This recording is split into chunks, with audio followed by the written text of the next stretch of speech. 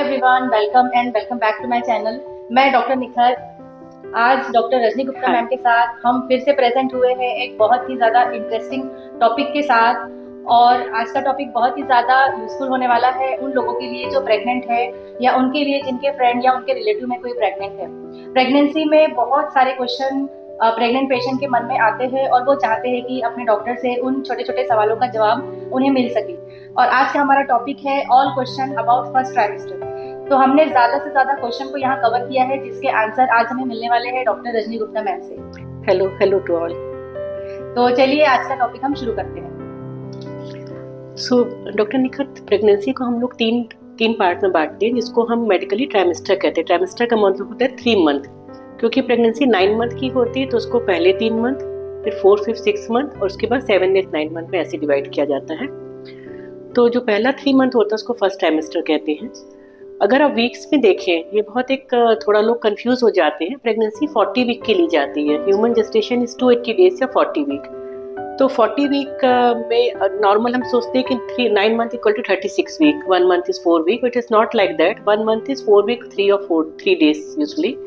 तो pregnancy total 40 week होती है। तो up to 14 week is the first trimester, then 15 to 27 plus 6 days is the second trimester, 28 week onward till delivery is the third trimester. तो basically आज हम first trimester यानी 0 to 14 weeks तक के जो सिम्टम रहते हैं या उससे रिलेटेड जो बातें हैं हम आज सारी डिस्कस करने वाले हैं। तो आज का टॉपिक आपके लिए बहुत ही ज़्यादा इंटरेस्टिंग होने वाला है, तो हमारे साथ एंड तक ज़रूर बने रहिए। तो मैम, मैं आज आपसे पहला क्वेश्चन ये करूंगी, जैसे किसी महिला का पीरियड ओवरड्यू हो गया है, उन्हें पीरियड मिस हो गए हैं, तो उन्हें कितने दिन के बाद प्रेगनेंसी कंफर्म करनी चाहिए या कब यूपीटी करना चाहिए? बिकॉज कुछ महिलाओं के पीरियड्स इरेगुलर भी होते हैं, किसी को डिलेड मेंसेस होते हैं, किसी को अर्ली होते हैं। तो इन दोनों ही कंडीशन में उन्हें यूपीटी कब करनी चाहिए या डॉक्टर को कब रिपोर्ट करनी चाहिए? देखिए डॉक्टर निखत, ये जो होता है ओवुलेशन होता है, एग का जो रिलीज होता है वो 14 डेज बिफोर नेक्स्ट पीरियड होता है। तो that is very important thing. It is, अगर किसी महिला की साइकिल 4 वीक की है, 28 डेज की है, बोलते हैं एग रिलीज होना या कि ओवुलेशन, वो जो रहता है वो नेक्स्ट पीरियड के 14 डेज पहले होता है। तो दैट थिंग इज फिक्स। तो अगर किसी महिला की साइकिल 28 डेज की है या 1 मंथ की है तो वो इन बिटवीन पीरियड रिलीज होगा। पर अगर किसी की साइकिल शॉर्ट है, ये भी अगर किसी की 24 डेज की है, तो वो पीरियड के 10वें दिन, अगर आप पीरियड का डेट काउंट करेंगे तो वो 10वें दिन रिलीज होगा। हाँ, काउंटिंग में एक बात इंपॉर्टेंट बताना चाहती हूँ, काउंटिंग पिछले पीरियड के पहले दिन से की जाती है। कई लोग ये कंफ्यूज रहते हैं कि पीरियड खत्म होने के बाद करते। It is not like that. It is first day of last menstrual period, तब से हम काउंट करते हैं। और जैसा कि मैं बताया कि ओवुलेशन जो है 2 वीक बिफोर नेक्स्ट पीरियड। अब किसी की 6 वीक की साइकिल आती है, यूजुअली उनकी साइकिल 5 to 6 वीक की है। तो अगर आप उससे 2 वीक रिड्यूस करेंगे तो इसका मतलब है ये पहले जो लास्ट मेंस्ट्रुअल पीरियड का पहला दिन है उससे 4 हफ्ते बाद प्रेगनेंसी ठहरी है या फर्टिलाइजेशन हुआ है। और इसी तरह अगर किसी की शॉर्ट साइकिल है, किसी की 3 हफ्ते की साइकिल है, तो 2 वीक पहले मतलब उनकी प्रेगनेंसी है जो इस पीरियड के 8वें दिन पे भी ठहर सकती है। तो अगर हम फिक्स तो नहीं कह सकते हैं कि 14 दिन ही है तो हम ±4 डेज और लेते हैं। तो नॉर्मल रेगुलर साइकिल जिनकी 4 वीक की है उनकी प्रेगनेंसी 10वें से 18वें दिन के बीच में ठहरती है। लेकिन हम काउंटिंग कब से करते हैं? First day of last menstrual period, उससे काउंटिंग होती है। तो प्रेगनेंसी टेस्ट कभी भी फर्टिलाइजेशन के 6 डेज बाद अगर आप ब्लड में प्रेगनेंसी टेस्ट करेंगे तो यूजली फर्टिलाइजेशन के 6-7 डेज बाद में ब्लड में पॉजिटिव आ जाता है और 10 से 12 दिनों बाद में यूरिन में पॉजिटिव आ जाता है। तो आप कह सकते हैं जब एक्सपेक्टेड मिस पीरियड है, आपको लग रहा है कि आज पीरियड आना चाहिए था, आज मिस हो गया, तो उसके 1 या 2 दिन बाद अगर आप फर्स्ट यूरिन सैंपल करते हैं। फर्स्ट यूरिन सैंपल होता है जब आप रात को सो के सुबह उठते हैं तो पहली बार जो यूरिन पास करते हैं उसमें टेस्ट करना चाहिए। और जिस तरह टेस्ट लिखा है उतने ही बूंद यूरिन डालना चाहिए, इसको ओवरफ्लो नहीं करना चाहिए। और जितना ही टाइम लिखा है कि आप 30 सेकंड के बाद देखें, 1 मिनट बाद देखें, उतनी देर के बाद ही जो रिपोर्ट आई है वही होती है। अगर आपको कोई कंफ्यूजन आप उसको समय पिक्चर क्लिक कर सकते हैं और अपने डॉक्टर को दिखा सकते हैं। तो पीरियड मिस करने के 1-2 दिन बाद आपका प्रेगनेंसी टेस्ट, आपके जो एक्सपेक्टेड डेट है उसके 1-2 दिन बाद फर्स्ट यूरिन सैंपल में प्रेगनेंसी टेस्ट पॉजिटिव आ सकता है। मैम, एक क्वेश्चन और था, जो हम यूपीटी मींस जो हम कार्ड टेस्ट करते हैं, कई बार पेशेंट खुद घर पे ही कर लेते हैं या डॉक्टर के पास भी होता है टेस्ट, तो वो कितना रिलायबल है? हमें इस पे कितना रिलाई करना चाहिए या कंफर्मेशन के लिए हमें सोनोग्राफी ही जरूरी है? नहीं, कार्ड टेस्ट काफी रिलायबल होता है। आजकल जो ये बन रहे हैं जो है वो काफी, आप कह सकते हैं 99% तक रिलायबल होता है। लेकिन अगर आपको कोई डाउट है और उसके अलावा पीरियड मिस होना, कुछ प्रेगनेंसी के सिम्टम्स होना जिसमें कि हल्का नॉजिया वोमिटिंग होना, कुछ फूड पसंद नहीं, फूड देख करके या उसकी स्मेल से अवर्जन लाइक उल्टी जैसा फील होना, फिर चक्कर आना या थोड़ा सा गिडीनेस होना, और दूसरा एक और बहुत इंपॉर्टेंट होता है सोरनेस ऑफ ब्रेस्ट। इसके बारे में कम लोग बात करते हैं, बट ज़्यादातर वुमेन को अर्ली प्रेगनेंसी से ब्रेस्ट में थोड़ा सा हल्का पेन वगैरह हो सकता है। अगर ये सब सिम्टम्स है, साथ में पीरियड मिस हुए हैं और आपका प्रेगनेंसी टेस्ट पॉजिटिव है, तो आपको कोई ब्लड टेस्ट कराने की जरूरत नहीं, इसको पॉजिटिव ही माना जाएगा। मैम नेक्स्ट क्वेश्चन ये है कि अगर कोई कपल प्रेगनेंसी प्लान करना चाहते हैं तो उन्हें प्री प्रेगनेंसी क्या क्या प्रिकॉशन लेने चाहिए और उन्हें क्या टेस्ट वगैरह करवाने चाहिए? देखिए, अगर कोई भी कपल या लेडी है वो प्रेगनेंसी प्लान करते हैं तो आपका ऑप्टिमल हेल्थ होना चाहिए। इसका क्या मतलब है कि आप हेल्दी लाइफ स्टाइल करें, खाने में एंटीऑक्सीडेंट बढ़ाएं, तो इसका मतलब होता है फ्रेश फ्रूट, वेजिटेबल, सलाद, मिल्क प्रोडक्ट, डेयरी प्रोडक्ट लें और थोड़ी बहुत एक्सरसाइज करते रहें। कई लोगों को ये बहुत कंफ्यूजन होता है, प्रेगनेंसी ट्राई कर रहे हैं तो हम एक्सरसाइज नहीं करनी चाहिए, अबॉर्शन हो सकता है, लेकिन एकदम गलत बात है। Exercise make you much healthier. तो आपको ऑप्टिमल आपको ये डे टू डे रूटीन करना चाहिए। उसके अलावा बहुत इंपॉर्टेंट चीज़ होती है, एक दवा होती है फोलिक एसिड। ये एक विटामिन बी का एक पार्ट होता है जो बेबी को ग्रो करने में हेल्प करता है, क्योंकि ये क्या होता है, आपको पता है कि babies very fast growing, 2 cell से मिलियन ऑफ सेल बन जाते हैं, तो ये सेल मल्टीप्लिकेशन में, डीएनए और आरएनए फॉर्मेशन में हेल्प करता है। तो कोई भी लेडी जो प्रेगनेंसी के लिए ट्राई कर रही है उसको कम से कम 3 महीने पहले से फोलिक एसिड लेना शुरू कर दे। बाई चांस अगर वो नहीं ले पाई है तो जैसे ही प्रेगनेंसी कंफर्म होती है, अगर आप डॉक्टर को नहीं भी मिल रहे हैं लेकिन आप फोलिक एसिड लेना शुरू कर दीजिए, ये ओवर द काउंटर आपको मिल जाती है। अगर पेशेंट को प्रेगनेंसी पॉजिटिव आ गई है तो वो डॉक्टर के पास जाते हैं तो उन्हें सबसे पहला प्रिस्क्रिप्शन फॉलिक एसिड का ही मिलता है, तो प्रेगनेंसी में ये फॉलिक एसिड का क्या इंपॉर्टेंस है? फोलिक एसिड जो है ये मैंने बताया विटामिन बी का एक पार्ट होता है और ये सेल मल्टीप्लिकेशन में हेल्प करता है। ये जो फोलिक एसिड होता है ये एक विटामिन B12 का पार्ट होता है और ये सेल मल्टीप्लिकेशन में हेल्प करता है, स्पेशली डीएनए आरएनए बनने में, क्योंकि बेबी बहुत फास्ट ग्रोइंग होता है। 2 सेल स्पर्म और एग के मिलने के बाद से जो एम्ब्रियो बनता है 2 सेल से, वो मिलियंस ऑफ सेल में तो बहुत फास्ट चेंज होता है। तो सेल मल्टीप्लिकेशन के लिए जरूरी होता है ये, और इससे बेबी को कई कॉन्जेनिटल एनॉमली नहीं होती, स्पेशली जो स्पाइन की जो प्रॉब्लम होती है, न्यूरल ट्यूब डिफेक्ट हम उसको बोलते हैं, स्पाइना बाइफिडा होता है, कुछ हार्ट डिजीज होती है, ये क्लेफ्ट लिप, ये सब प्रिवेंशन होता है अगर आप फोलिक एसिड प्रेगनेंसी के पहले से ही ले रहे हैं, तो इसकी जो इंसिडेंस है काफी कम हो जाता है। तो फॉलिक एसिड का एक बहुत ही ज़्यादा इम्पोर्टेंट रोल है स्टार्टिंग से ही। तो फर्स्ट विजिट जैसे ही आप डॉक्टर के पास जाते हैं तो आपको फॉलिक एसिड दिया जाता है, तो उसे आपको कंटिन्यू रखना है क्योंकि इसके बहुत सारे बेनिफिट्स हैं। तो चलते हैं हमारे नेक्स्ट क्वेश्चन की तरफ। मैम फर्स्ट ट्राइमेस्टर में सबसे ज़्यादा जो कॉमन सिम्टम्स देखे जाते हैं वो है नॉशिया एंड वॉमिटिंग। तो ये नॉशिया एंड वॉमिटिंग होने के क्या रीजंस हो सकते हैं मैम? जो प्रेगनेंसी के हार्मोन होते हैं, स्पेशली बीटा एचसीजी, वो ऑलमोस्ट 4 वीक से ही बढ़ने लगते हैं और 6 वीक के बाद बहुत तेजी से बढ़ते हैं। ये उसकी वजह से नॉजिया एंड वोमिटिंग होता है। इसलिए नॉजिया वोमिटिंग ट्विन प्रेगनेंसी है, ट्रिपलेट प्रेगनेंसी है, या कभी कभी एक तरह का एक और प्रेगनेंसी कॉम्प्लिकेशन होता है जिसको कि मोलर प्रेगनेंसी कहते हैं, जिसमें सिर्फ प्लेसेंटा का ग्रोथ होता है जबकि बेबी नहीं रहता है। उसमें ये प्लेसेंटल टिश्यू बहुत ज़्यादा रहते हैं और इस हार्मोन का लेवल बहुत ज़्यादा रहता है, उसमें बहुत ही ज़्यादा नॉजिया वोमिटिंग होता है। तो ये प्रेगनेंसी हार्मोन की वजह से होता है।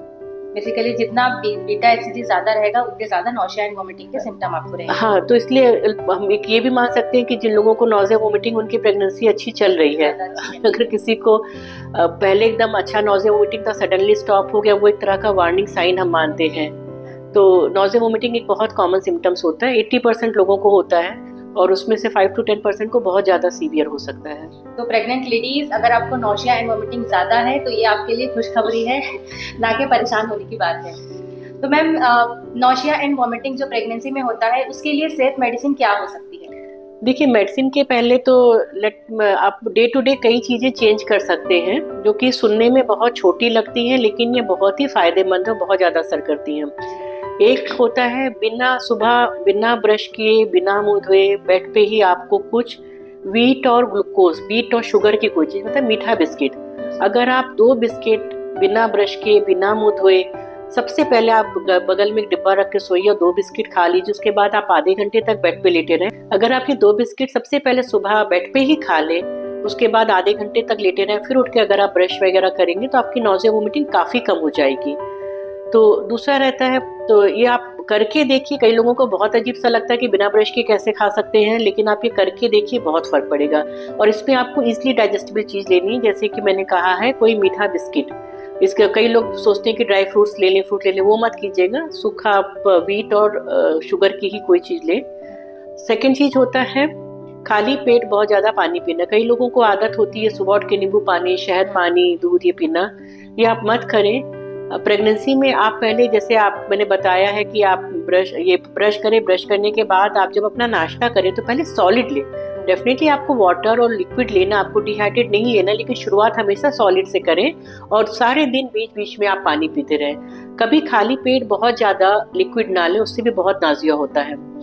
तीसरा चीज है, अगर वर्किंग वुमेन है और वो ट्रेवल कर रही है टोटली फुल स्टमक या completely empty stomach, full stomach करके कि मेरे को वहाँ टाइम नहीं मिलेगा ऑफिस में, मैं घर से पूरा खाना खा के जाऊँ, या एम्प्टी स्टमक के रास्ते में वोमिटिंग होगी, ये दोनों ही चीजें गलत है। You should be half filled stomach, it should be not be too filled और टू हाफ। आप हाफ फिल्ड स्टमक से ट्रेवल करें, उसके बाद आप हर 3-4 घंटे में कुछ खाते रहें। तो housewife as well as working woman को भी हर 2-3 घंटे में कुछ ना कुछ खाना है, ये टिप्स है। चौथी चीज होती है इंक्रीज यूज ऑफ जिंजर।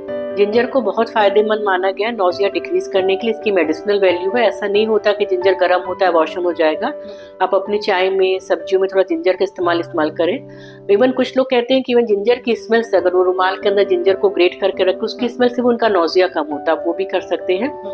एक और पॉइंट होता है एक्यूप्रेशर। कहा जाता है कि आपका जो अंगूठे के साइड का ये जो आपका फोर आर्म है, इधर प्रेशर देने से नोजिया कम होता है और उसका एक सिकनेस बैंड भी आता है।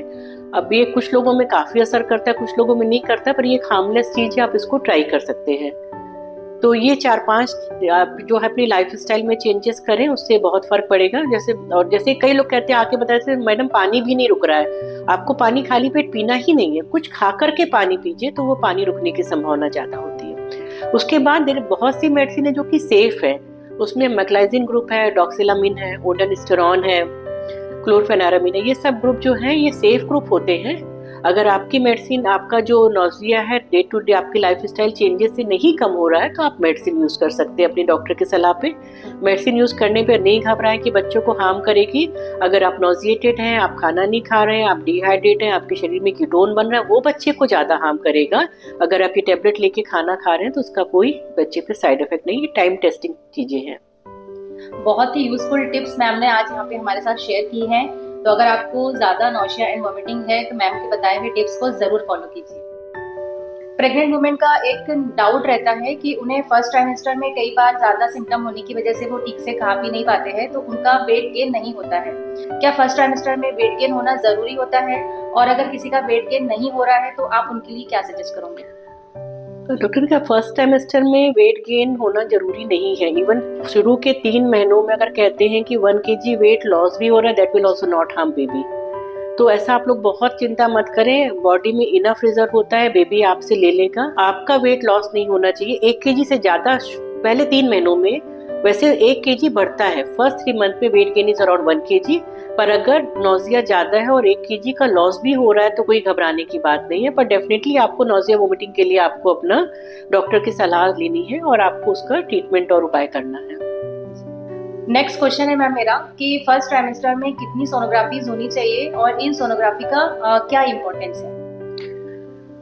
लो रिस्क पेशेंट, अगर आप बात करें कि पहले की उनकी कोई ऐसी हिस्ट्री नहीं है कि पहले मिसकैरेजेस हुए हैं, या इस प्रेगनेंसी में ब्लीडिंग हो रही है, या इस प्रेगनेंसी में पेन है, या उनको कोई मेडिकल प्रॉब्लम है, जैसे उनको हाइपरटेंशन है, डायबिटीज है, अनकंट्रोल थायराइड है, अगर ऐसा नहीं है और लो रिस्क पर्सन है तो फर्स्ट ट्राइमेस्टर में एक सोनोग्राफी सफिशिएंट है।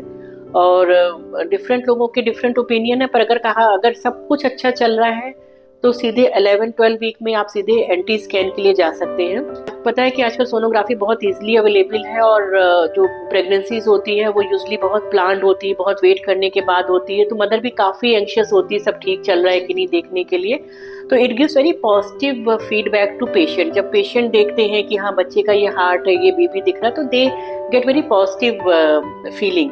तो उसकी वजह से अगर एक स्कैन आप करना चाहते हैं तो 7 to 8 वीक में फर्स्ट स्कैन, उसके बाद जो सेकंड स्कैन जो हम बता रहे हैं जो कि ज़्यादा इंपॉर्टेंट होता है, इसको हम एंटी स्कैन कहते हैं, न्यूक्लियर ट्रांसलेशन स्कैन, वो तो जरूरी है ही है, वो हम करते हैं 11 to 13 वीक के बीच में। पर अगर प्रीवियस हिस्ट्री एक्टोपिक प्रेगनेंसी की है तो, और या इस प्रेगनेंसी में पेट में दर्द हो रहा है या कुछ ब्लीडिंग हुई है या क्रैम्प्स आ रहे हैं उनको, तो अर्ली स्कैन कराना अच्छा रहेगा, स्पेशली टू चेक कि प्रेगनेंसी आउटसाइड यूट्रस तो नहीं है। मैम फर्स्ट ट्राइमेस्टर स्कैन में कौन कौन सी चीजें हमें देखना जरूरी होता है? फर्स्ट ट्राइमेस्टर स्कैन में तो हम बच्चे की वायबिलिटी देखते हैं कि बच्चे की हार्ट प्रेजेंट है कि नहीं, कितने नंबर ऑफ सैक है। वैसे तो ट्विन और ट्रिपलेट होना बहुत कॉमन चीज नहीं होती है, पर अगर इनफर्टिलिटी ट्रीटमेंट लिया तो ट्विंस हो सकते हैं, तो देखते कितने नंबर ऑफ प्रेगनेंसीज हैं, उनमें हार्ट प्रेजेंट है कि नहीं, प्रेगनेंसी आउटसाइड द यूट्रस नहीं, जिसको हम एक्टोपिक प्रेगनेंसी कहते हैं, जो कि बहुत डेंजरस हो सकती है। ये 3 मेन इंपॉर्टेंट चीज होती है। और चौथा, हम फिर जब हम स्कैन कर ही रहे हैं तो हम देख लेते हैं कि यूट्रस के जो ओवरीज वगैरह है वो सब ठीक है, या कभी उनके पहले स्कैन नहीं तो यूट्रस में कोई फाइब्राइड वगैरह तो नहीं, ये सब चीजें साथ में और देखी जा सकती है। तो basically dating, viability and location, 3 things are for the 8 week scan. जैसे मैंने डेटिंग की बात की है, तो क्या होता है जिन लोगों के पीरियड इरेगुलर है या जिनको अपनी डेट नहीं पता है, उनके लिए ये स्कैन बहुत इंपॉर्टेंट होता है डिटरमाइन करने के लिए कि उनका एक्सपेक्टेड डेट ऑफ डिलीवरी क्या है, क्योंकि जितनी जल्दी like around 7 to 8 week scan is the best scan to determine the date. उसके बाद उसमें थोड़ा सा फेल्सीज आती जाती है इस वजह से। और दूसरी हमने जो बात की थी एंटी स्कैन की, न्यूक्लियर ट्रांसलेशन स्कैन, वो जो होता है हम लेट ट्राइमेस्टर फर्स्ट ट्राइमेस्टर में करते हैं, अराउंड 12 to 13 वीक किया जाता है। और इसमें जो मेजर एनॉमली बेबी की है, जैसे कि एनेनकेफेली है कि बेबी का स्कली फॉर्म नहीं हुआ है या मेजर प्रॉब्लम बेबी में है, वो डिटरमाइन कर लेते हैं। इसके साथ ही हम इसमें एक न्यूक्लियर ट्रांसलेंसी देखते हैं, इसमें हम नेक के पीछे की थिकनेस देखी जाती है। अगर वो ज़्यादा है तो वो हाई रिस्क होता है कुछ ट्राइसोमीज के लिए, तो उसके बाद इन्वेस्टिगेशन करके पता करते हैं कि ऐसे बेबी कोई हाई रिस्क में तो नहीं है, डाउन सिंड्रोम या एडवर्ड या पटाउ सिंड्रोम की, ये सब देखा जाता है। और ये जो एंटी स्कैन है, इसी में हम इसमें साथ में यूट्राइन आर्टरी जो होती है जिससे ब्लड सप्लाई जाती है यूट्रस में, उसकी हम देखते हैं कि उसमें डॉपलर का फ्लो कैसा है, क्योंकि अगर वो इंक्रीज रेजिस्टेंस होता है, मतलब कि शुरुआत से ही थोड़ा ब्लड फ्लो कम जा रहा है, तो ऐसे मदर को प्रेगनेंसी में हाई ब्लड प्रेशर और बच्चे के वजन कम होने का होता है। तो अगर ऐसा कुछ मिलता है तो डॉक्टर उनको ब्लड थिनिंग एजेंट देते हैं ताकि इस तरह के कॉम्प्लिकेशन कम हो जाए या ना हो। ब्लड थिनिंग में ज्यादातर टैबलेट इक्विस्प्रिन दी जाती है, तो इक्विस्प्रिन का प्रेगनेंसी पे कोई साइड इफेक्ट तो नहीं है? देखिए, एक जैसा कि है कि कोई भी दवा बिना नीड के नहीं देनी चाहिए। कोई इक्विस्प्रिन हम देते हैं या तो प्रीवियस हिस्ट्री IUGR की है या मिस्ड एबॉर्शन की है या कुछ सिंड्रोम होते हैं, इसमें स्पेशली एप्ला होता है, एंटीफॉस्फोलिपिड एंटीबॉडी सिंड्रोम, उसमें थोड़ा ब्लड क्लॉटिंग होने की ज़्यादा संभावना रहती है, या थ्रोम्बोफिलिया एक होता है इस तरह की बीमारियों में। तो अगर ये चीज़ें कंफर्म है, ऐसा नहीं है कि सभी को दे देना चाहिए, अगर प्रीवियस हिस्ट्री है या ऐसी चीजें कंफर्म है या हाई रेजिस्टेंट यूट्राइन आर्टरी है, तभी एस्पिरिन दिया जाता है। अननेसेसरी नहीं देना चाहिए, इसके कोई नॉन साइड इफेक्ट नहीं, पर डेफिनेटली कोई चीज अननेसेसरी नहीं देनी चाहिए। मैम कई लोगों ने ना ऐसे भी सवाल किए हैं कि जब प्रेगनेंसी ग्रो होती है तो बेबी के पार्ट्स में सबसे पहले कौन सा पार्ट बनता है? अब ये तो कहना बहुत मुश्किल है कौन सा बनता है, लेकिन अभी तक के एविडेंस से पता चला है कि यूजली 9 to 10 वीक में सभी पार्ट का इनिशियल डेवलपमेंट होना शुरू हो जाता है, उसके बाद वो ग्रो करते हैं और उनकी फंक्शनैलिटी आती है।